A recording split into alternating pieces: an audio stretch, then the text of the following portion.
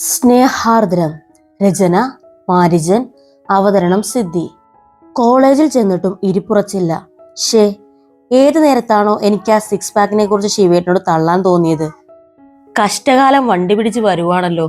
ആകെ വട്ടുപിടിക്കുന്ന പോലെ തോന്നി. ഡെസ്കിൽ തലവെച്ച് കടന്നു. ചോദിച്ചവരോടെല്ലാം തലവേദനയാണെന്ന് പറഞ്ഞു. ഉച്ചയായപ്പോൾ രേവുവാണു ശിവേട്ടന്റെ വീട്ടിൽ പോയി നോക്കാൻ പറഞ്ഞത്. ചിന്തിച്ചപ്പോൾ അതാണ് നല്ലതെന്ന് തോന്നി. ഉച്ചയ്ക്ക് ആഹാരം കഴിച്ചില്ല. നേരെ അപ്പച്ചിയുടെ വീട്ടിലേക്ക് വിട്ടു. ഞാൻ ചെല്ലുമ്പോൾ അപ്പച്ചി വീടിന്റെ മുൻവശത്ത് പടിയിലിരിക്കുവാണ്. എന്നെ കണ്ടപ്പോൾ എഴുന്നേറ്റ് ചിരിച്ചെന്ന് വരുത്തി. കണ്ണങ്ങി കലങ്ങിയിരിക്കുന്നു. എന്താ അപ്പച്ചി, എന്തു പറ്റി? എനിക്കറിയില്ല കുട്ടി. അതും പറഞ്ഞ് അപ്പച്ചി എന്നെ കെട്ടിപ്പിടിച്ച് കരഞ്ഞു. ഞാനും വല്ലാണ്ടായി. ഞാൻ പതുക്കെ അപ്പച്ചിയുടെ കയ്യിൽ പിടിച്ച് വീടിനകത്തേക്ക് കയറി. ശിവേട്ടന്റെ മുറിയുടെ വാതിൽ തുറന്നു കിടക്കുന്നത് കണ്ടു. മുറിയാകെ അലങ്കോലപ്പെട്ട് കിടക്കുന്നു. എല്ലാം വാരി വലിച്ചെറിഞ്ഞ പോലെ. ഞാൻ അപ്പച്ചിയുടെ മുഖത്തേക്ക് നോക്കി. എനിക്കറിയില്ല കുട്ടി, അവനെന്ത് പറ്റിയതെന്ന്.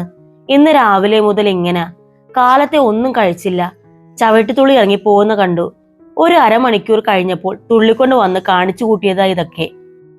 ആരെയോ കൊന്നിട്ട് ജയിലിൽ പോകുമെന്നൊക്കെ പറയുന്നത് കേട്ടു. അവന്റെ ഏതോ പാക്കറ്റ് ആരോ എടുത്തോണ്ട് പോയെന്ന് എനിക്ക് മനസ്സിലായത്. ഏതോ ഒരുത്തന്റെ പാക്കറ്റ് ഇന്ന് വലിച്ചു കീറും എന്നും എന്നോട് പറഞ്ഞു. ഭഗവാനെ, സിക്സ് പാക്കിനെ കാത്തോണനെ, ഞാൻ മനസ്സിൽ പറഞ്ഞു. എന്നിട്ട് ശിവേട്ടൻ എവിടെ? എനിക്കറിയില്ല മോളെ. ഏതോ വടയക്ഷിയെ കൊല്ലാൻ പോണെന്ന് പറഞ്ഞു. അപ്പോൾ എന്റെ കാര്യത്തിലും ഒരു തീരുമാനമായി. ഞാൻ മനസ്സിൽ പറഞ്ഞു, ഇനി കോളേജിൽ പോണില്ലത്രേ. ജയിലിൽ പോണവനെന്തിനാ ജോലി എന്നൊക്കെ പിറുപിറുക്കുന്ന കണ്ടു. അല്ല മോളെ, കോളേജിൽ മന്ത്രവാദം വല്ലതും പഠിപ്പിക്കുമോ? അപ്പച്ചിയുടെ ചോദ്യം കേട്ടപ്പോൾ ആ അവസ്ഥയിലും എനിക്ക് ചിരി വന്നു. ചില യക്ഷികളെ തളയ്ക്കാൻ മന്ത്രവാദമൊന്നും അറിയേണ്ട അപ്പച്ചി. അപ്പച്ചി വിഷമിക്കണ്ട. ശിവേടൻ അതൊക്കെ വെറുതെ പറയുന്നതാവും, അപ്പച്ചിയെ പേടിപ്പിക്കാൻ. അതും പറഞ്ഞ് ഞാൻ ഇറങ്ങി. ഇടവഴിയിലേക്ക് എത്തില്ല, അതിനു മുമ്പേ കണ്ടു ഒറ്റയാന്റെ ഓട്ടോ. ഞാൻ സ്കൂട്ടി നിർത്തി. ഓട്ടോ എന്റെ അടുത്ത് വന്ന് നിന്നു. നീ എന്താടി പുല്ല ഇവിടെ?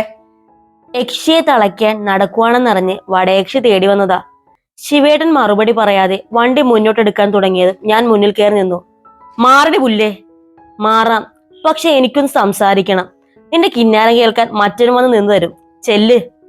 എന്നിട്ട് മറ്റവൻ ഇതുവരെയും കിന്നാരം കേൾക്കാൻ ആ വഴിക്ക് കണ്ടില്ലല്ലോ. നീ വഴിയിൽ നിന്ന് മാറ്. പറ്റില്ല. നിങ്ങൾ എന്റെ കൂടെ വന്നില്ലെങ്കിൽ ഞാൻ അപ്പച്ചിയോട് എല്ലാം പറയും. ഒറ്റയാൻ എന്നെ നോക്കി. എന്താ പറയാനുള്ളത്? പറഞ്ഞു തുലക്കി. ഇവിടെ വെച്ച് പറ്റില്ല. നമ്മൾ കല്യാണം കഴിക്കാൻ തീരുമാനിച്ച സ്ഥലമില്ലേ, അവിടെ പോകാം. സമാധാനമായി സംസാരിക്കാൻ അവിടെ പറ്റൂ. വണ്ടി ഞാൻ രേവുവിന്റെ വീട്ടിൽ വെച്ചിട്ട് ഓട്ടോയിൽ വരാം. മറുപടി പറയാതെ ആൾ ഓട്ടോ തിരിച്ചു. സമ്മതമാണെന്ന് എനിക്ക് മനസ്സിലായി. ഞാൻ വേഗം രേവുവിന്റെ വീട്ടിലേക്ക് വിട്ടു. രേവുവിനോട് കാര്യം പറഞ്ഞിട്ട് ഇടവഴിയിൽ എത്തിയപ്പോൾ ഒറ്റയാന്റെ ഓട്ടോ കണ്ടു. അതിൽ കയറി. നല്ല വേഗത്തിലായിരുന്നു ഓട്ടോ ഓടിയത്. ഞാൻ മിണ്ടാതെ കണ്ണടച്ച് ചാരിയിരുന്നു. സ്ഥലം എത്തിയപ്പോഴാണ് കണ്ണു തുറന്നത്. ഒറ്റയാൻ ഇറങ്ങി. ഞാനും. എന്താ പറയാനുള്ളത്? പറയാനല്ല, ചോദിക്കാനാ ഉള്ളത്. എന്താ ഇന്ന് ജോലിക്ക് പോകാനത്? എനിക്ക് മനസ്സില്ല. എന്താണോ മനസ്സില്ലാത്തത്? അറിഞ്ഞിട്ട് നിനക്കെന്ത് വേണം? എനിക്കാണല്ലോ നിങ്ങളെ നന്നാക്കിയെടുക്കേണ്ട ആവശ്യം. പോണില്ല, അത്ര തന്നെ. സിക്സ് പാക്ക് ആണോ കാരണം? ഞാൻ അയാളോട് മിണ്ടിയതാണോ പ്രശ്നം? നീ ആരോട് മിണ്ടിയ എനിക്കെന്താ? പിന്നെന്തിനാ ഇന്നലെ ഫോൺ എറിഞ്ഞു പൊട്ടിച്ചത്? എറിഞ്ഞു പൊട്ടിച്ചെന്ന് ആര് പറഞ്ഞു? എന്റെ കയ്യിൽ നിന്ന് വീണതാ. ആയിക്കോട്ടെ, എന്താ കോളേജിൽ പോകാത്തത്? എനിക്ക് ജീവിക്കാൻ ഈ ജോലി മതി. ഇയാൾക്ക് മാത്രം ജീവിച്ചാൽ പോരല്ലോ. കല്യാണം കഴിഞ്ഞാൽ ഞാൻ എന്നല്ല നമ്മൾ എന്നാണ് ചിന്തിക്കേണ്ടതെന്ന് ഞാൻ മുമ്പേ പറഞ്ഞതല്ലേ.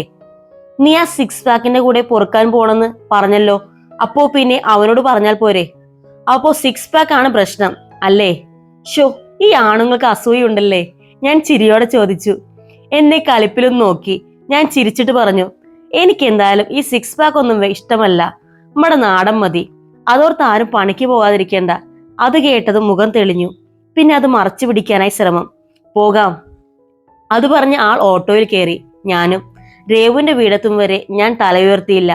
ശിവേട്ടൻ എന്നെ നോക്കാതെ നോക്കുന്നത് ഞാൻ അറിയുന്നുണ്ടായിരുന്നു. രേവുവിനോട് കാര്യങ്ങൾ വിശദമായി നാളെ പറയാം എന്ന് പറഞ്ഞ് സ്കൂട്ടിയും എടുത്ത് വീട്ടിലേക്ക് വിട്ടു. സമയം കുറച്ച് താമസിച്ചിരുന്നു. ചോദിച്ചാൽ പറയാനൊരു കള്ളം തേടുകയായിരുന്നു മനസ്സ്. വീടെത്തിയപ്പോഴാണ് നമ്മുടെ ആങ്ങളക്കോയുടെ പെണ്ണ് കാണൽ കഴിഞ്ഞു കാണണമല്ലോ എന്നോർത്തത്. വിശേഷമറിയാൻ മനസ്സ് വെമ്പി. വണ്ടി ഒതുക്കി ഓടി അകത്തേക്ക് ചെന്നു. നോക്കുമ്പോൾ ആകെ ശോകമയം. അമ്മ താടിക്ക് കൈയും കൊടുത്തിരിക്കുന്നു. അച്ഛനും വിഷമത്തിലാണ്. ഏട്ടച്ചാര് ആരെയോ ഫോൺ ചെയ്യുന്നു. എന്തു പറ്റി? പെണ്ണ് കാണാൻ പോയിട്ട് എന്തായി? ഓ, അത് നടന്നില്ല, അമ്മയാണ്. അതെന്താ? നിരഞ്ജമോനൊരു ആക്സിഡന്റ് പറ്റി. ഒരു നിമിഷം ഞാൻ അവിടെ തറഞ്ഞു നിന്നുപോയി. അമ്മ പിന്നെയും എന്തൊക്കെയോ പറഞ്ഞു. ഞാനെല്ലാം മൂളിക്കേട്ടതേ ഉള്ളൂ. അമ്മയ്ക്ക് വല്ലാത്ത വിഷമമായി. കുറച്ചു നേരം കൂടെ അവിടെ നിന്നിട്ട് റൂമിലേക്ക് പോയി. റൂമിൽ ചെന്നതും ഫോൺ എടുത്ത് ഒറ്റാനെ വിളിച്ചു. നിങ്ങൾക്കിത് എന്തിന്റെ സൂക്കേടാ മനുഷ്യ? നിങ്ങൾ എന്തിനാ ആ ഏട്ടനെ തല്ലിയത്? ഓ, അത് അവൻ എന്റെ വണ്ടിയിൽ കാറ് കൊണ്ടുവന്ന് ഇടിച്ചു. നിങ്ങളുടെ ഒരു വണ്ടി എന്നെ കൊണ്ടൊന്നും പറയിക്കരുത്. മനുഷ്യൻ ഇവിടെ എങ്ങനെയും കാര്യങ്ങൾ ഒരു കരക്കെത്തിക്കാൻ നോക്കുമ്പോൾ അങ്ങേര് വീണ്ടും തല്ലുകൊള്ളിത്തരവുമായി ഇറങ്ങിയിരിക്കുന്നു. വിഷ്ണുവേട്ടന്റെ ഭാവി അളിയനാ അത്. നിങ്ങളാണ് തല്ലിയെന്ന് ഏട്ടനെങ്ങും അറിഞ്ഞാൽ പൂർത്തിയായി. അതൊന്നും അറിയത്തില്ല, ഞാൻ ഹെൽമെറ്റ് വെച്ചിട്ടുണ്ടായിരുന്നു. ഓ, അപ്പൊ മുൻകരുതലൊക്കെ എടുത്ത് കരുതിക്കൂട്ടി തന്നെ ഇറങ്ങിയതാണല്ലേ? അവന്റെ വർത്തമാനം ശരിയല്ല, അതാ നല്ലത് കൊടുത്തത്. നിങ്ങളുടെ സംസാരം പിന്നെ അതിമനോഹരമാണല്ലോ, ആരായാലും കേട്ടിരുന്നു പോകും. അത്രയ്ക്ക് വിഷമമായെങ്കിൽ നീ അവന്റെ കൂടെ പോയി പൊറുക്കടി. ആദ്യം ഞാൻ ആ പാവത്തിനെ പോയിന്ന് കാണട്ടെ, എന്നിട്ട് തീരുമാനിക്കാം നിങ്ങളുടെ പൊറുക്കണോ അതോ അങ്ങേർക്ക് കൂട്ടിരിക്കണോ എന്ന്. 6 പാക്ക് വെച്ചിട്ട് അവൻ നിന്ന് ഇടികൊള്ളുവായിരുന്നല്ലോ. നിങ്ങളെപ്പോലെ വഴിയിൽ കിടന്ന് തല്ലുണ്ടാക്കുന്ന തല്ലുകൊള്ളിയൊന്നും അല്ല അയാൾ. ഇതാ അവൻ ഇടിവാങ്ങിച്ചു കൂട്ടുന്നേ. നിങ്ങൾ നന്നാവില്ല മനുഷ്യ. അതും പറഞ്ഞ് ഞാൻ ഫോൺ വെച്ചു. ഹോ, ഇങ്ങനെ മുന്നും പിന്നും നോട്ടമില്ലാത്തതിനെ ഞാനെങ്ങനെ മേയ്ക്കാനാണ് എന്റെ ഈശ്വരന്മാരെ. ഞാൻ തലയിൽ കൈവച്ചിരുന്നു പോയി. മോൾ വിഷമിക്കേണ്ട, നിരഞ്ജന കുഴപ്പമൊന്നുമില്ല. ഞങ്ങൾ അങ്ങോട്ട് പോകുക. വരുന്നോ? വിഷ്ണുവേട്ടനാണ്. ഞാൻ വരുന്നെന്ന് തലയാട്ടി കൂടെ ചെന്നു. താഴെ അച്ഛനും അമ്മയും ഞങ്ങളെ കാത്ത് നിൽക്കുമായിരുന്നു. നിരഞ്ജനെ റൂമിലേക്ക് മാറ്റിയെന്ന് വിളിച്ചു പറഞ്ഞു. അച്ഛൻ പറഞ്ഞു, എന്നാലും ഏത് മഹാഭാപിയായിരിക്കും ആ കൊച്ചിനെ ഈ പരുവത്തിലാക്കിയത്? കള്ളും കുടിച്ച് നടക്കുന്ന വല്ല അലവലാദികളായിരിക്കും അമ്മ. വിഷ്ണുവേട്ടൻ സമാധാനിപ്പിച്ചു. ഒറ്റാൻ കിട്ടുന്ന ഓരോ വിശേഷണവും എന്റെ നെഞ്ചത്താണ് വന്ന് കൊണ്ടുകൊണ്ടിരുന്നത്. ഹോസ്പിറ്റലിൽ 6 പാക്ക് കിടക്കുന്ന റൂമിൽ ചെന്നപ്പോൾ എന്റെ ഭാവി നാത്തൂന് നിൽക്കുന്നു. മോഡേൺ രീതിയിൽ ഡ്രസ്സൊക്കെ ധരിച്ചിട്ടുണ്ട്. കണ്ണൊക്കെ കരഞ്ഞു കലങ്ങിയിരിക്കുന്നു. ഏട്ടൻ കണ്ണുകൾ കൊണ്ട് ആളെ ആശ്വസിപ്പിക്കുന്ന കണ്ടു. നിരഞ്ജൻ ചേട്ടന്റെ അച്ഛനോട് എന്റെ അച്ഛൻ കാര്യങ്ങളൊക്കെ തിരക്കി. മോന്റെ വണ്ടി ഒരു തല്ലുകൊള്ളിയുടെ ബുള്ളറ്റിൽ ചെറുതായി ഒന്ന് തട്ടി. എന്ത് നഷ്ടപരിഹാരം വേണമെങ്കിലും തരാമെന്ന് അവൻ പറഞ്ഞതാ. എന്നിട്ടും അയാൾ കേട്ടില്ല. 1-2 പറഞ്ഞ് തല്ലായി. പോലീസിന് പരാതിപ്പെട്ടോ? അച്ഛന്റെ ചോദ്യം എന്റെ ചങ്കിലാണ് തറച്ചത്. എന്തു പറഞ്ഞ് പരാതിപ്പെടും? അയാൾ ഹെൽമെറ്റ് ധരിച്ചിരുന്നു. പിന്നെ ഇവനാണെങ്കിൽ അയാളുടെ വണ്ടിയുടെ നമ്പർ ശ്രദ്ധിച്ചില്ല.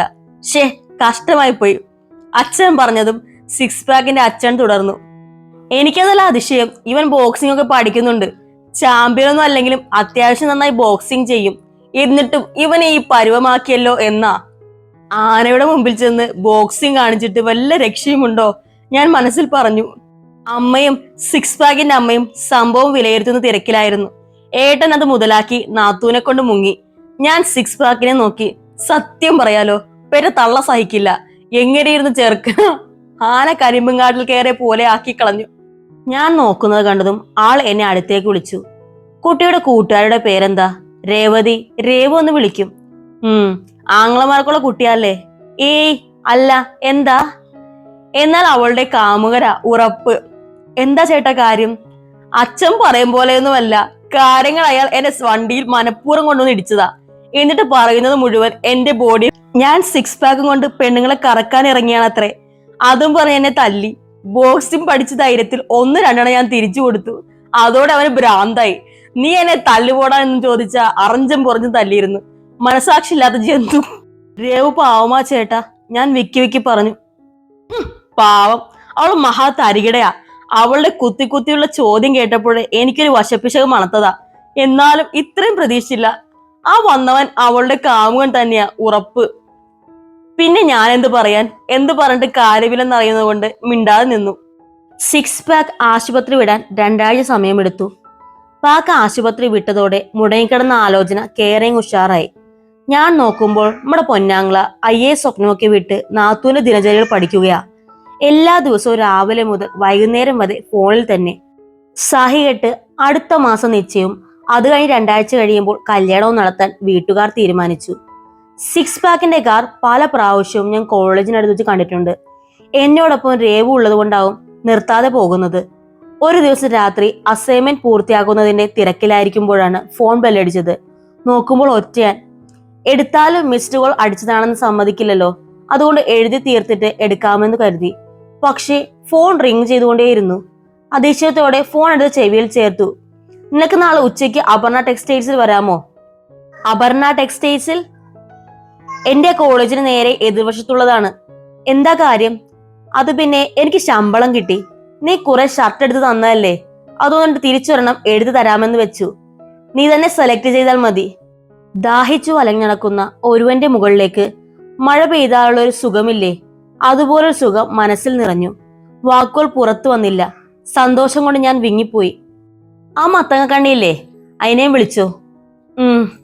അപ്പുറത്ത് ഫോൺ കട്ടായി. സന്തോഷം സഹിക്കാൻ വയ്യാതെ ഞാൻ രേവുവിനെ വിളിച്ചു. അവൾക്കും അതിശയമായിരുന്നു. പിറ്റേന്ന് രാവിലെ തന്നെ റെഡിയായി. വല്ലാത്തൊരു ഉത്സവം എന്റെ പ്രവൃത്തികൾ നിറഞ്ഞു നിന്നു.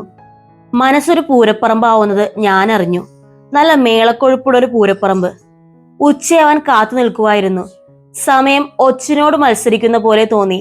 ഉച്ചയായതും രേവുവിനെയും കൂട്ടി നേരെ ഓട്ടോ പിടിച്ച് ടെക്സ്റ്റൈൽസിലേക്ക് ചെന്നു.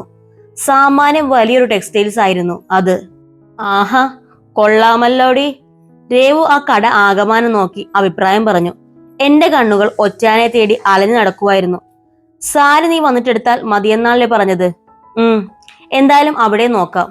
ആൾ അവിടെ ഉണ്ടായിരുന്നില്ല. കാത്തു നിൽക്കാം എന്ന് കരുതിപ്പോയാണ് ഷർട്ടിന്റെ സെക്ഷനിൽ നോക്കാം. അതും പറഞ്ഞ് രേവു എന്നെയും വലിച്ചുകൊണ്ട് ഷർട്ടിന്റെ സെക്ഷനിൽ അന്വേഷിച്ചു അങ്ങോട്ട് കൊണ്ടുപോയി. രേവുവിന്റെ ഊഹം ശരിയായിരുന്നു. ഒറ്റാൻ അവിടെ ഷർട്ട് നോക്കി നിൽപ്പാണ്. എന്തൊക്കെയോ എടുക്കുകയും വെക്കുകയും ചെയ്യുന്നു. ഇടയ്ക്ക് വാതിലിന്റെ അടുത്തേക്ക് നോട്ടം ചെല്ലുന്നുണ്ട്. ഞങ്ങൾ വാതിൽ കഴിഞ്ഞ് കുറച്ച് മാറിയാണ് നിന്നത്. ഞാൻ രേവുവിനെയും പിടിച്ചുകൊണ്ട് അങ്ങോട്ട് നടക്കാൻ തുടങ്ങിയപ്പോഴാണ് സുന്ദരിയായ ഒരു യുവതി ഒറ്റയാനോട് ഏതോ ഷർട്ട് എടുത്തു കാട്ടി അഭിപ്രായം പറയുന്ന കണ്ടത്. ഇങ്ങനെ നെറ്റിയിൽ പൂവുള്ള സ്വർണ്ണച്ചിറകുള്ള പക്ഷിയാണോ? രേവു ചോദിച്ചു. നെറ്റിയിൽ പൂവുള്ള സ്വർണ്ണച്ചിറകുള്ള പക്ഷിയാ? അതെന്തോന്ന്? നിനക്ക് മനസ്സിലായില്ലേ? പൂവൻകോഴി. ദേ, അത് നിനക്ക് കാണാൻ മേലേ? കണ്ടിട്ട് എനിക്ക് ചൊറിഞ്ഞു വരുന്നുണ്ടായിരുന്നു. ഇപ്പോ മനസ്സിലായടി ഇങ്ങനെ എന്തിനാ നിന്നെ ഇങ്ങോട്ട് ഫോൺ ചെയ്ത് ഇങ്ങോട്ട് വരുത്തിയെന്ന്. എന്തിന്? ദേ, നിന്റെ പിറകെ 6 പാക്ക് നടന്ന പോലെ അങ്ങേരുടെ പിറകെ നടക്കാൻ ആളുണ്ടെന്ന് കാണിക്കാൻ തന്നെ. എന്റെ രേവു, മനുഷ്യനെ ടെൻഷൻ അടിപ്പിക്കാതെ നീ ഒന്നും മിണ്ടാതിരുന്നേ. ഓ, ഞാൻ പറയുന്ന കുഴപ്പം അങ്ങേര് ചെയ്യുന്നതല്ല. അപ്പോഴേക്കും ആ പെണ്ണ് 2-3 ഷർട്ട് എടുത്ത് ഒറ്റാന് നേരെ നീട്ടി. എന്തോ പറയുന്നതും കേട്ടു. ഒറ്റാൻ അത് വാങ്ങി ഡ്രസ്സിംഗ് റൂമിലേക്ക് പോകുന്ന കണ്ടു. പിറകെ ആ പെണ്ണും. നീ വാ ഭദ്രേ, ഇതെങ്ങനെ വിട്ടാ പറ്റില്ലല്ലോ. അതും പറഞ്ഞ് രേവു എന്നെ വലിച്ചുകൊണ്ട് നടന്നു.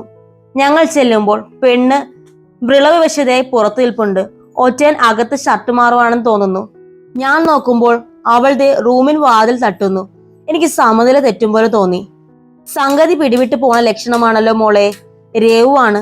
ഒറ്റാൻ പെട്ടെന്ന് റൂമിൽ നിന്ന് തല പുറത്തേക്കിട്ട് പെണ്ണിനോട് എന്തോ ചോദിച്ചതും പെണ്ണ് ഡോറും തള്ളി തുറന്ന് അകത്തേക്ക് കയറി. ഡോർ അടയ്ക്കുന്നതും കണ്ടു. ഞങ്ങൾ രണ്ടാളും ഓടി വാതിലിനടുത്ത് നിന്നു. പെട്ടെന്നാണ് അകത്ത് നിന്ന് പടക്കം പൊട്ടും പോലെ ഒരൊച്ച കേട്ടത്. ഞാൻ നോക്കുമ്പോൾ ആ പെണ്ണതേ ഒരു കവളും പൊത്തിപ്പിടിച്ച് വിട്ടുപോണു. രേവുരെ നോക്കി ഞാനൊരു വിജയച്ചിരി ചിരിച്ചു. 2 മിനിറ്റ് കഴിഞ്ഞു ദേ മതമിളകിയ ആനയെ പോലെ ഒച്ചാൻ പുറത്തു വന്നു. എന്നെ കണ്ടതും ആള് നോർമലാകാൻ പാടുപെടുന്ന കണ്ടു. ഞാൻ സന്തോഷം കൊണ്ട് ആറാടി നിൽക്കുമായിരുന്നു. ഹലോ ഫ്രണ്ട്സ്, സിദ്ധിയാണ്. ഈ സ്റ്റോറിയിൽ പല സ്ഥലങ്ങളിലും ചിരി കൺട്രോൾ ചെയ്യാൻ സാധിക്കുന്നില്ല. അതുകൊണ്ടാണ് ചിരി പല സ്ഥലങ്ങളിൽ കയറി വരുന്നത്. നിങ്ങൾക്ക് സ്റ്റോറി ഇഷ്ടപ്പെടുകയാണെങ്കിൽ ഒന്ന് സബ്സ്ക്രൈബ് സപ്പോർട്ട് ചെയ്യണേ.